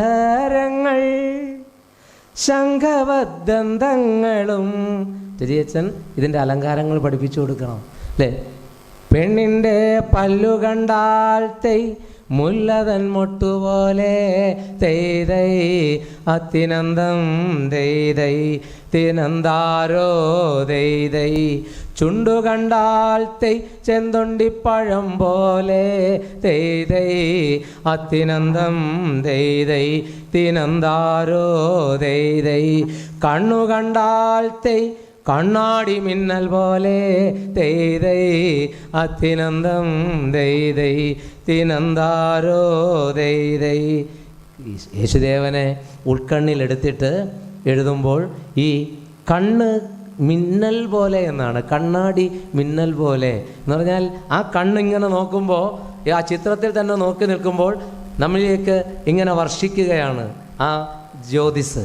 അപ്പോൾ ഒരുപക്ഷെ നോക്കൂ, മിന്നുന്ന നയനങ്ങൾ അദ്ദേഹം യേശുദേവനെ കുറിച്ച് എഴുതുമ്പോൾ ഇപ്പം ഞാനിവിടെ നിൽക്കുമ്പോൾ ചാവറയച്ചൻ എൻ്റെ മുന്നിൽ അതായി മാറുന്നത് ഞാനും തിരിച്ചറിയുന്നുണ്ട്. മിന്നുന്ന നയനങ്ങൾ, ശോഭിത തിരുനാസി, ചുവന്നോരാധരങ്ങൾ, ശംഖവദ്ദന്തങ്ങളും, ശംഖ് പോലെ എല്ലാം നല്ല വെണ്മയാർന്ന പല്ലുകൾ, മിന്നുന്ന കണ്ണുകൾ, ചുവന്ന അധരങ്ങൾ, ചുണ്ടുകൾ. മാത്രമല്ല പിന്നെയോ അനുരാഗവതി നിൻ ചൊടികളിൽ നിന്നാലിപ്പഴം പൊഴിയും എന്ന് പറഞ്ഞാൽ സലൈവയും ഒഴുക്കി നടക്കുന്ന പെണ്ണല്ല. ഈ സുഭാഷിണി, മഞ്ജുഭാഷിണി എന്നാണ്. അവളുടെ ചുണ്ടിൽ നിന്ന് നല്ല വാക്കുകൾ ഇങ്ങനെ ഒഴുകുമെന്നാണ്. അപ്പോൾ നോക്കൂ, നല്ല ഉപദേശങ്ങൾ, നല്ല വാക്കുകൾ, സുഭാഷിതങ്ങൾ ഒഴുകുന്ന, ചുണ്ടിൽ നിന്നൊഴുകുന്ന തേൻതുള്ളി സ്വരങ്ങളും. ഈ വർണ്ണനയിൽ നിന്നുകൊണ്ട് ചാവറയച്ചൻ 150 വർഷങ്ങൾക്കപ്പുറം എഴുതിപ്പോയ കവിതയിൽ കാരുണ്യമൂർത്തിയാം ദൈവകുമാരൻ്റെ ആരുണ്യശോഭയെ കാണാകേണം. കാരുണ്യമൂർത്തിയാം ദൈവകുമാരൻ്റെ ആരുണ്യശോഭയെ കാണാകേണം എന്ന് പറയുന്നിടത്ത് നോക്കുക, എഴുത്തിലെ ആ ഒരു മിതത്വവും എഴുത്തിലെ ആ ഒരു സൂക്ഷ്മതയും നമുക്ക് അനുഭവിക്കാൻ കഴിയുന്നുണ്ട്. ഇത് മാത്രമല്ല, ശിഷ്ടരുടെയും ദുഷ്ടരുടെയും ജീവിതത്തിൻ്റെ വൈവിധ്യത്തെയും തൻ്റെ എഴുത്തിലൂടെ കാണിക്കുന്നുണ്ട് ചാവറയച്ചൻ. പിൽക്കാലത്തൊക്കെ നമ്മൾ പറയും, ഇറുപ്പവനും മലർഗന്ധമേകും, വെട്ടുന്നവനും തരു ചൂടകറ്റും, ഹനിപ്പവനും കിളി പാട്ടുപാടും. നമ്മൾ ഒരു പൂവിനെ ചെന്നിറുക്കാൻ നേരത്ത് അതിൻ്റെ നിന്ന് അതിനെ അടർത്തിയെടുക്കുകയാണ്. പക്ഷേ ഇറുത്തെടുക്കുമ്പോൾ ആ ഇറുക്കുന്ന അവസാന നിമിഷവും ആ ഇറുത്തെടുക്കുകയാണ്. തന്നിൽ നിന്ന് ആ തൻ്റെ ആത്മാംശത്തെ ഇങ്ങനെ അടർത്തിയെടുക്കുമ്പോഴും ഇവൻ ചെയ്യുന്നത് എന്താണെന്ന് ഇവൻ അറിയുന്നില്ല, അല്ലേ? ഇവനോട് പൊറുത്താൽ മതി. പക്ഷെ ഞാൻ എൻ്റെ പണം കൊടുത്തിട്ട് അതും കൂടി അവന് കൊടുത്തിട്ടേ പോകൂ. അത് ഒരു ശിഷ്ടജീവിതത്തിൻ്റെ ധന്യതയാണ്. അതൊരു ദുഷ്ടജീവിതത്തിന് അങ്ങനെ ഉണ്ടാവില്ല. ഈ ശിഷ്ടജീവിതത്തിൻ്റെ ധന്യതയിൽ പൂവ് അതിൻ്റെ അവസാനത്തെ മണവും അത് അപഹരിക്കുന്നവന് കൊടുക്കുകയാണ്. ഇനി വെട്ടുകയാണ്, ഒരു മരത്തെ മഴുവെടുത്ത് മുറിക്കുകയാണ്, വെട്ടുകാരൻ വെട്ടുകയാണ്. വെട്ടുമ്പോഴും അവൻ്റെ അവസാനത്തെ ചില്ല വെട്ടുന്ന നിമിഷവും അവന് ഇത്തിരി തണുപ്പ് കൊടുത്ത് ഈ മരം നിൽക്കുന്നു. വെട്ടുന്നവനും തരു ചൂടകറ്റുന്നവണ്ട്. ഹനിപ്പവനും കിളി പാട്ടുപാടും. കിളിയെ നമ്മളൊരു ഒരു പച്ച പനന്തത്തയാകട്ടെ ഏതാകട്ടെ, നമ്മളതിനെ കൊല്ലാൻ തോന്നുമ്പോഴും ഒരു കോഴിയാണെങ്കിൽ പോലും അവസാനവും അതിൻ്റെ ഉൾവിളി, അതിൻ്റെ ഉള്ളിലെ ശബ്ദം നമ്മളെ കേൾപ്പിച്ചിട്ടാണ് കൊക്കോന്ന് വിളിച്ചായിരിക്കും അതും പോകുന്നത്. ഇത് ശിഷ്ടജീവിതത്തിലെ പാഠങ്ങളാണ്. ദുഷ്ടപാഠങ്ങളെയും ശിഷ്ടപാഠങ്ങളെയും ചേർത്തുകൊണ്ട് ചാവറയച്ചൻ നോക്ക്, 1.5 പതിറ്റാണ്ട് മുമ്പ് ചാവറയച്ചൻ എഴുതിയത്, അഗ്നിയാൽ വെട്ടപ്പെടും വൃക്ഷശാഖകൾ തന്നെ ഭഗ്നകന്മാർക്ക് തണൽ കൊടുക്കും പത്രങ്ങളാൽ. പ്രാസഭംഗി കണ്ടോ? ഇഗ്ന മുകളിൽ വന്നപ്പോൾ താഴെ ഒരു ഇഗ്ന വേണം. നോക്കൂ, നമ്മളും ചിന്തിക്കും, അഗ്നിയാൽ വെട്ടപ്പെടും വൃക്ഷശാഖകൾ തന്നെ ഭഗ്നകന്മാർക്ക് തണൽ കൊടുക്കും പത്രങ്ങളാൽ. അഗ്നിയാൽ നോക്കൂ, വെട്ടപ്പെടും വൃക്ഷശാഖകൾ തന്നെ ഭഗ്നകന്മാർക്ക്. അപ്പോൾ വെട്ടുകാരന്മാർക്ക്, ഭഗ്നം ചെയ്യുന്നവൻ. നമുക്ക് ഒരു വാക്ക് കണ്ടെത്തി. എങ്ങനെ കണ്ടെത്തി? ഇഗ്ന മുകളിൽ വന്നാൽ അടുത്ത നഷ്ടപ്പെടാൻ പാടില്ല. അതുകൊണ്ട് ഒരു സുന്ദരമായ വാക്കിനെ അവിടെ എടുത്തിട്ട് ഭഗ്നകന്മാർക്ക് തണൽ കൊടുക്കും പത്രങ്ങളാൽ. വെട്ടിമുറിക്കുന്ന ആ ദുഷ്ടന്മാർക്ക് ഈ അഗ്നിയെ എല്ലാം എടുത്ത് അതിൻ്റെ പച്ചപ്പിലേക്ക് എടുത്തിട്ട് അതിനെ അല്പം തണുപ്പിച്ച് താഴെ നിൽക്കുന്ന ആ മുറിക്കുന്നവന് കുളിരു കൊടുക്കുന്നു മരം. അന്നപാനവും തേനും പാലാദി പാനങ്ങളും പന്നകം കയ്പിച്ചിടും തന്നെ വിഷത്തിനാൽ. നല്ല അന്നം, പാനത്തിനുള്ള പാല്, ഇതെല്ലാം എടുത്തു വച്ചിട്ട് നമ്മൾ ശിഷ്ടമായ ഇതിനെ ദുഷ്ടമാക്കാൻ പന്നകത്തിന് കഴിയും, അല്ലേ? അതിൻ്റെ ഒരു അല്പം വിഷം മതി, തീരും. ജീവിതത്തെ ശിഷ്ടമാക്കാനും ദുഷ്ടമാക്കാനും നമുക്ക് കഴിയും. നമ്മുടെ ജീവിതം ശ്രേഷ്ഠമാകുന്നിടത്താണ് അത് അർത്ഥപൂർണമാകുന്നത് എന്ന് തൻ്റെ ജീവിതത്തിലൂടെ തന്നെ നമുക്ക് അനുഭവിപ്പിച്ച് വിശുദ്ധനാക്കപ്പെട്ട ചാവറ പിതാവിൻ്റെ വാക്കുകൾ ഇങ്ങനെയൊക്കെ വായിച്ചു പോകുമ്പോൾ പ്രാസഭംഗി മാത്രമല്ല ആശയഗരിമയും നമ്മൾ അറിയുന്നുണ്ട്. ആ ആശയഗരിമയിൽ ദയയുടെയും കാരുണ്യത്തിൻ്റെയും വിത്ത് അദ്ദേഹം അലങ്കാരങ്ങളിലൂടെ നമുക്ക് മുന്നിലേക്ക് വിതറിയിട്ടിട്ടുണ്ട്. ദയാകാരുണ്യമെന്ന വിത്തുകൾ വിതച്ചിട്ട് യഥായോഗ്യങ്ങൾ പോലെ വെള്ളമാം വരം നൽകും. കാലാഹിന എന്ന് പറയുക കാലമാകുന്ന സർപ്പം. വെള്ളമാം വരം എന്ന് പറയുമ്പോൾ വെള്ളമാകുന്ന വരം. എന്ത് വിതച്ചാലേ വെള്ളമാകുന്ന വരം കൊടുക്കാൻ കഴിയൂ? ദയാകാരുണ്യമെന്ന വിത്തുകൾ, ദയാകാരുണ്യം എന്ന വിത്തുകൾ വിതച്ചിട്ട് യഥായോഗ്യങ്ങൾ പോലെ വെള്ളമാം വരം നൽകും. ദയാകാരുണ്യം എന്നിവ വിത്തുകളാകുന്നു. ആ അവർണ്യത്തോട് വർണ്ണ്യത്തിന് അഭേദം ചൊൽക രൂപകം. ഇപ്പുറത്ത് വരുമ്പോൾ വെള്ളമാകുന്ന വരം, അവിടെയും നമ്മൾ രൂപകം കാണുന്നു. പിന്നെ അപ്പുറത്തേക്ക് പോയാൽ വീണ്ടും അലങ്കാരത്തിൻ്റെ ഒരു ഘോഷയാത്രയുണ്ട്. അദ്ദേഹത്തിൻ്റെ ഈ ഖണ്ഡകാവ്യങ്ങളിൽ പലയിടത്ത് പോകുമ്പോഴും നോക്കൂ, മാതാവും പിതാവും തൻ മക്കളും ഒന്നൊന്നായി മാവിൻ്റെ ഇല പോലെ വീഴുന്നുണ്ടൊരുമിച്ച്. പ്രകൃതി പാഠങ്ങൾ ചാവറയച്ചൻ്റെ എഴുത്തുകളിൽ സൂക്ഷ്മമായി അലങ്കാര പാഠങ്ങളായി നിറയുന്നുണ്ട്. നമ്മൾ പറയും എന്താണ്, നോക്കൂ, മാതാവും പിതാവും തൻ മക്കളും ഒന്നൊന്നായി മാവിൻ്റെ ഇല പോലെ വീഴുന്നുണ്ടൊരുമിച്ച്. മാവിൻ്റെ ഇല പോലെ വീഴുന്നു. ഒന്നിനൊന്നോട് സാദൃശ്യം ചൊന്നാൽ ഉപമയാണ്. മാവിൻ്റെ ഇല പോലെ വീഴുന്നു. എങ്ങനെയാ? മാതാവും പിതാവും മക്കളും എല്ലാം അടിപതറി വീഴുന്നു. ഏതുപോലെ? മാവ് ഇങ്ങനെ പല ഇലകൾ കൊണ്ട് നിൽക്കും, കുറച്ച് പഴുക്കുമ്പം ഓരോന്നായിട്ട് താഴേക്ക് വീഴുപോകുന്നു. ഇപ്പോൾ പച്ച പ്ലാവില അപ്പോൾ ഒന്ന് ചിരിച്ചു നിൽക്കും, പഴുത്ത പ്ലാവില വീഴുമ്പോൾ. പക്ഷെ ജീവിതം എന്നത് ഏത് ഘട്ടത്തിലായാലും ആ നിത്യതയിലേക്ക് അഭയം പ്രാപിക്കേണ്ടത് തന്നെയാണ്. പക്ഷേ ജീവിച്ചിരിക്കുന്ന കാലം എന്നതാണ് ഏറ്റവും പ്രധാനം. അങ്ങനെ മരിച്ച് ജീവിച്ചു പോവുകയല്ല, എന്നും ജീവിച്ചിരിക്കേണ്ടുന്ന ജീവിത പാഠങ്ങളെ ഈ സമൂഹത്തിലേക്ക് പകർത്തേണ്ടതുണ്ട്. അവിടെ ഉപമ എന്ന അലങ്കാരം ചാവറയച്ചൻ്റെ എഴുത്തിൽ നമ്മൾ കാണുന്നുണ്ട്. മാർത്താണ്ഡൻ പോലും മമ ദുഃഖം കണ്ടിരുണ്ടും പോയി. മർത്യരാം നിങ്ങൾക്കിതും തോന്നിയില്ലല്ലോ കഷ്ടം. മാർത്താണ്ഡൻ പോലും മമ ദുഃഖം കണ്ടിരുണ്ടും പോയി. മർത്യരാം നിങ്ങൾക്കിതും തോന്നിയില്ലല്ലോ കഷ്ടം. മറ്റൊന്നിൻ ധർമ്മയോഗത്താൽ അതുതാൻ അല്ലയോ ഇത് എന്ന് വർണ്ണ്യത്തിൽ ആശങ്കയ്ക്കുൽപ്രേക്ഷാഗ്യ അലങ്കൃതി. ഈ സന്ധ്യാസമയമാകുമ്പോൾ എന്ത് ചെയ്യും? സൂര്യൻ അങ്ങ് അസ്തമിക്കും. സൂര്യൻ അസ്തമിക്കുന്ന രാവ് മുതൽ നോക്കൂ, പിന്നെ അങ്ങോട്ട് ഇരുട്ടാണ്. പക്ഷേ രാവിലെ മുതൽ ഈ സമൂഹത്തിലെ പല തരത്തിലുള്ള നെറികേടുകൾ തേച്ചു മിനുക്കിയാൽ കാന്തിയും മൂല്യവും വാച്ചിടും കല്ലുകൾ ഭാരതാംബെ താണു കിടക്കുന്നു നിൻ കുക്ഷിയിൽ ചാണ കാണാതെ 6-7 കോടി എന്നുവന്ന് അന്നത്തെ പിൽക്കാല കവികൾ എഴുതി. അതിനു മുമ്പ് മിഷണറിമാർ ഇവിടെ വന്നു, ഞാൻ കണ്ട കേരളം എഴുതി, ഭാരതത്തിൻ്റെ ജാതി വ്യവസ്ഥ എഴുതി. ഇവിടെ പലപ്പോഴും തേച്ചു മിനുക്കിയാലും കാന്തിയും മൂല്യവും കിട്ടാതെ പല കല്ലുകളും അഗാധതയിൽ കിടക്കുന്നുണ്ട്.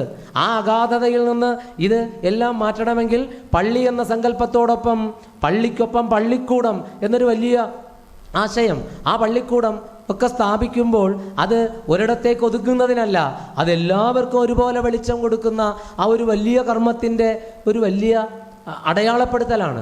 ഈ പാഠങ്ങളൊക്കെ ഈ നവോത്ഥാന ചരിത്രത്തിൻ്റെ വഴികളിൽ നമ്മൾ എത്രത്തോളം സംസാരിക്കുന്നുണ്ട് എന്നത് പുതിയ കാലം ചർച്ച ചെയ്യേണ്ടുന്നതാണ്. ഞാനിപ്പോൾ കുറച്ച് സമയം കൊണ്ടൊന്നും തീരുന്നതല്ല എൻ്റെ ഭാഷണം. പക്ഷെ ഞാനിവിടെ അത് അവസാനിപ്പിക്കേണ്ടതുണ്ട് എന്ന് ഞാൻ തിരിച്ചറിയുന്നുണ്ട്. പക്ഷെ നിങ്ങൾ നോക്കുക, ഇവിടെ മാർത്താണ്ഡൻ പോലും സൂര്യൻ അസ്തമിച്ചു, പക്ഷേ കവിയുടെ ഉൽപ്രേക്ഷ ഉണ്ടോ? എന്താ പറയുന്നത്? എൻ്റെ ഈ കർമ്മ വഴികളിൽ ഞാൻ വല്ലാതെ പലതും ചെയ്യാൻ ബന്ധപ്പെടുന്നുണ്ട്. പക്ഷേ ഈ ബദ്ധപ്പാടുകൾ മാർത്താണ്ഡൻ പോലും മമ ദുഃഖം കണ്ടിരുണ്ടും പോയി. സൂര്യൻ അസ്തമിച്ചു, പക്ഷെ സൂര്യൻ അസ്തമിച്ചത് കണ്ടാൽ എൻ്റെ ദുഃഖം കണ്ട്, ഞാൻ ഈ ചെയ്യുന്ന കർമ്മങ്ങൾക്ക് വേണ്ടി ചെയ്യുന്ന ഈ പെടാപ്പാടുകൾ കണ്ട് ഈ സൂര്യൻ പോലും ഒന്ന് വല്ലാതെ അസ്വസ്ഥനാവുകയാണ് എന്ന് പറയുമ്പോൾ അവിടെ ഉൽപ്രേക്ഷ എന്ന അലങ്കാരത്തിലൂടെ പറഞ്ഞിട്ട് അടുത്തൊരു സൂചന കൂടി തരുന്നു.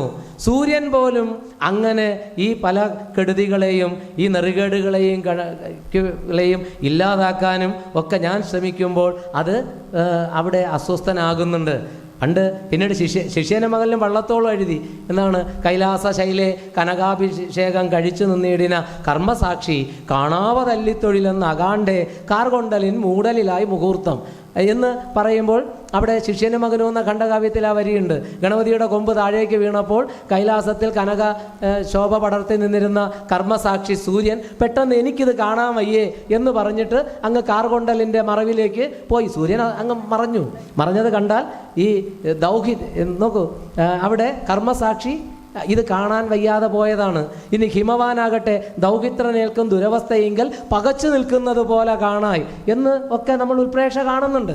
പക്ഷെ നോക്കൂ, ഇവിടെ മാർത്താണ്ഡൻ പോലും മമ ദുഃഖം കണ്ടിരുണ്ടും പോയി മർത്യരാം നിങ്ങൾക്കിതും തോന്നിയില്ലല്ലോ കഷ്ടം എന്ന്. എന്നാൽ മർത്യരായ നിങ്ങൾക്ക് ഇതൊന്നും തോന്നുന്നില്ലല്ലോ, കഷ്ടം അല്ലേ, കഷ്ടം നിരൂപണം കൂടാതെ ചുട്ടു തിന്നുന്നു ജന്മം പഴുതേ നാം അല്ലേ. ഇതൊക്കെ ചാവറയച്ചൻ്റെ വായനയിലെ ലോകം അന്വേഷിച്ചാൽ നിങ്ങൾക്ക് പുതിയ കാലത്ത് വലിയ തീസീസുകൾ ഉണ്ടാക്കാൻ പറ്റും അല്ലേ.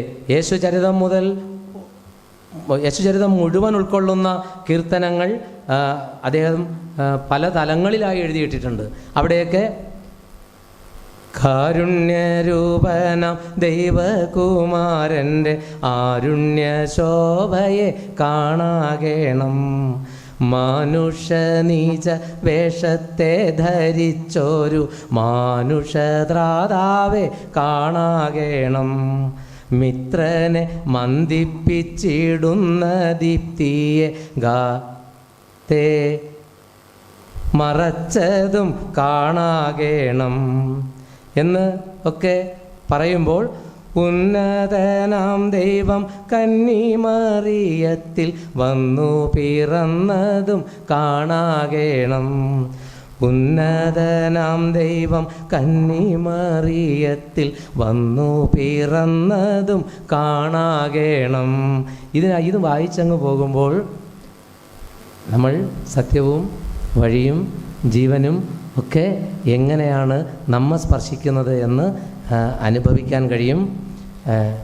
അവിടെ ആരാണ് നിർമ്മലമായ ഉത്തമമായ സുന്ദരമായ ജീവിതം നയിക്കുന്നത്?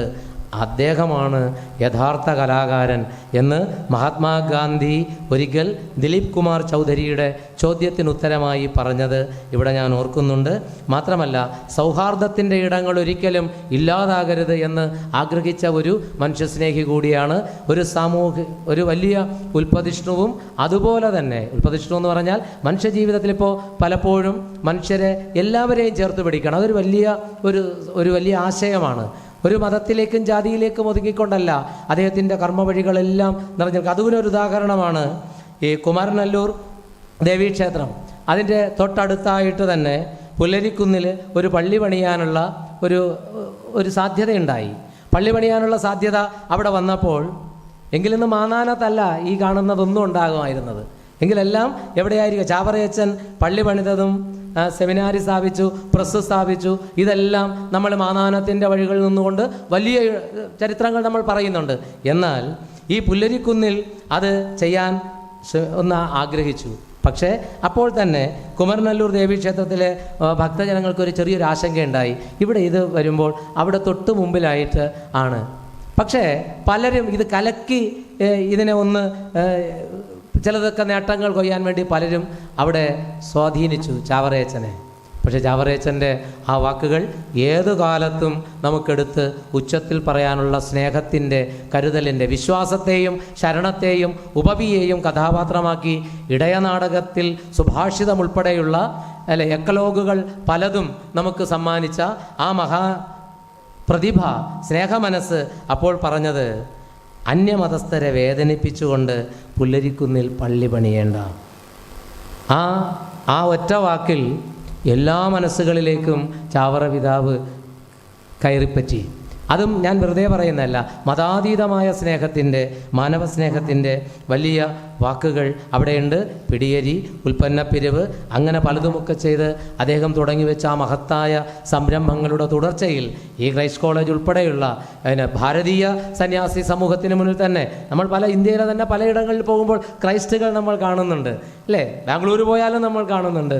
ഈ വലിയ സ്ഥാപനങ്ങൾ പലതും ഉണ്ടാകുമ്പോൾ ഈ പിടിയരിയും ഇതൊക്കെ പിൽക്കാലത്ത് പലർക്കും അത് മാതൃകയും ആയിട്ടുണ്ട് എന്നതും കേരളത്തിൻ്റെ ചരിത്രത്തിൽ കിടക്കുന്നുണ്ട്. വലിയ സഭകളുടെ മറ്റു ചരിത്രങ്ങൾ പഠിക്കുമ്പോഴും നമ്മൾ വായിച്ചു പോകുന്നുണ്ട് പിടിയരി ഇങ്ങനെ എടുത്തുകൊണ്ട് തുടങ്ങിയതാണെന്ന്. ഞാനിതൊക്കെ പറയുന്നത് ചാവറയച്ചൻ്റെ വാക്കുകളിലെ അലങ്കാരങ്ങളെക്കുറിച്ച് നിങ്ങൾക്ക് പ്രോജക്റ്റുകൾ തയ്യാറാക്കാം, അല്ലേ? സെമിനാറുകളിൽ സംസാരിക്കാം. അദ്ദേഹത്തിൻ്റെ കവിതയുടെ വൃത്ത വൈവിധ്യങ്ങളെക്കുറിച്ച് സംസാരിക്കാം.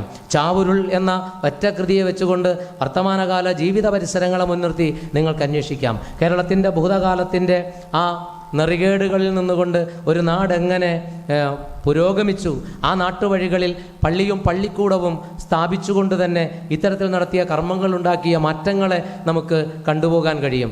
ഇതെല്ലാം ഓരോരോ തലങ്ങളിൽ, അല്ലേ, അന്വേഷിച്ചാലും വീണ്ടും വീണ്ടും വലിയ വലിയ തീസിസുകൾ സമ്മാനിക്കുവാൻ പാകത്തിന് കിടക്കുന്ന എക്കലോഗുകളിൽ ഇടയഗാനം, ഗ്രാമീണ ഗീതം, അതിൻ്റെ ചരിത്രങ്ങൾ, സാഹിത്യത്തിൽ തന്നെയുള്ള പലതിനെയും ചേർത്തുകൊണ്ട് മലയാള സാഹിത്യത്തിലെ എക്കലോഗിൻ്റെ ചരിത്രത്തിൽ ചാവറ പിതാവിനെ ചേർത്തുകൊണ്ട് മാത്രം തന്നെ അന്വേഷിക്കുവാൻ പാകത്തിന് ഒത്തിരി കാര്യങ്ങൾ കിടക്കുന്നുണ്ട്.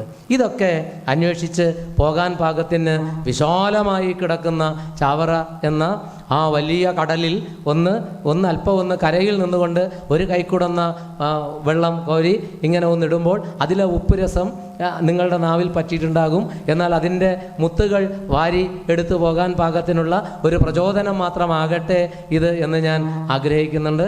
അല്ലെ, ഞാൻ ഒത്തിരി സുഹൃത്തുക്കൾ എനിക്ക് ഉള്ളൊരു കലാലയം കൂടിയാണ്. ഇപ്പോൾ മലയാള ഭാഷയുടെ അധ്യക്ഷൻ എനിക്കേറെ പ്രിയപ്പെട്ട സുഹൃത്താണ്, അല്ലേ? അത് സുഹൃത്തായി മാറി. അദ്ദേഹത്തിൻ്റെ ആ ഹൃദയം, സ്നേഹം നിറഞ്ഞ ഹൃദയമാണ് എന്നെ അദ്ദേഹത്തേക്ക് അടുപ്പിച്ചത്, അല്ലേ? പലപ്പോഴും പലരെയും, ഇപ്പോൾ ഇവിടെ തന്നെ മോയിഷ് സാറുണ്ട്, പിന്നെ സോണി മാഷുണ്ട്, അവരൊക്കെ പലതരത്തിലും ഞാൻ അറിയുന്നവരാണ്. അപ്പോൾ എനിക്കും വളരെ ബന്ധമുള്ള ഈ ഒരു കലാലയം, അല്ലേ, നേരത്തെ പറഞ്ഞതുപോലെ പുതിയ എഴുത്തിടങ്ങളിൽ സച്ചിദാനന്ദൻ മാഷ് ഒക്കെ ഇതിൻ്റെ ഭാഗമായി ഇവിടെ നിന്ന് പോയവരാണല്ലോ പലതരത്തിലും. അപ്പോൾ വാക്കുകളുടെയൊക്കെ വലിയ ലോകക്കാഴ്ചകൾ സമ്മാനിക്കുമ്പോൾ ഈ കാണുന്ന ചിത്രങ്ങളിൽ ചിലതൊക്കെ കാണുമ്പോഴൊക്കെ തന്നെ ഈ പ്രൗഢമായ കലാലയത്തിൻ്റെ പൊരുളുകൾ നമ്മൾ തിരിച്ചറിയുന്നുണ്ട്.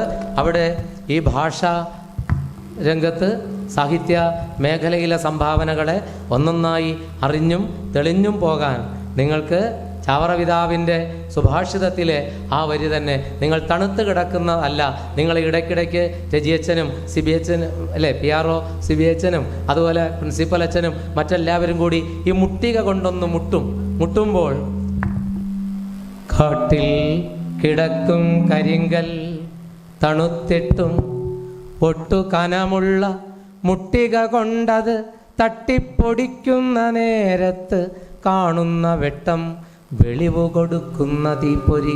ആ വെളിവിൻ്റെ തീപ്പൊരി നിങ്ങൾ പടരാൻ ഈ മുട്ടലുകൾ, ചാവറയച്ചൻ്റെ ആ വരികളിലെ മുട്ടലുകൾ നിങ്ങൾക്ക് എന്നും കൂട്ടാകട്ടെ എന്ന് ആഗ്രഹിച്ചുകൊണ്ട്, അറിഞ്ഞതിൽ പാതി പറയാതെ പോയി, പറഞ്ഞതിൽ പാതി പതിരായി പോയി.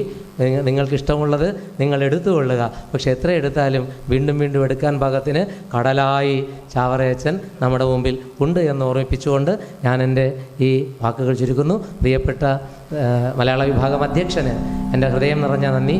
എൻ്റെ ശബ്ദം ഇത്തിരിയൊക്കെ പ്രശ്നമായിരുന്നിട്ടും എന്നെ ഒച്ച വയ്ക്കാൻ എല്ലാ അനുഗ്രഹവും ചൊരിഞ്ഞ എല്ലാ ദൈവസാന്നിധ്യത്തിനും, വാക്കിൻ്റെ അക്ഷര സാന്നിധ്യങ്ങൾക്ക് എല്ലാം നന്ദി അറിയിച്ച് ഞാൻ നിർത്തുന്നു. എല്ലാവർക്കും പുതുവർഷവും നന്നായിരിക്കട്ടെ. നമസ്കാരം.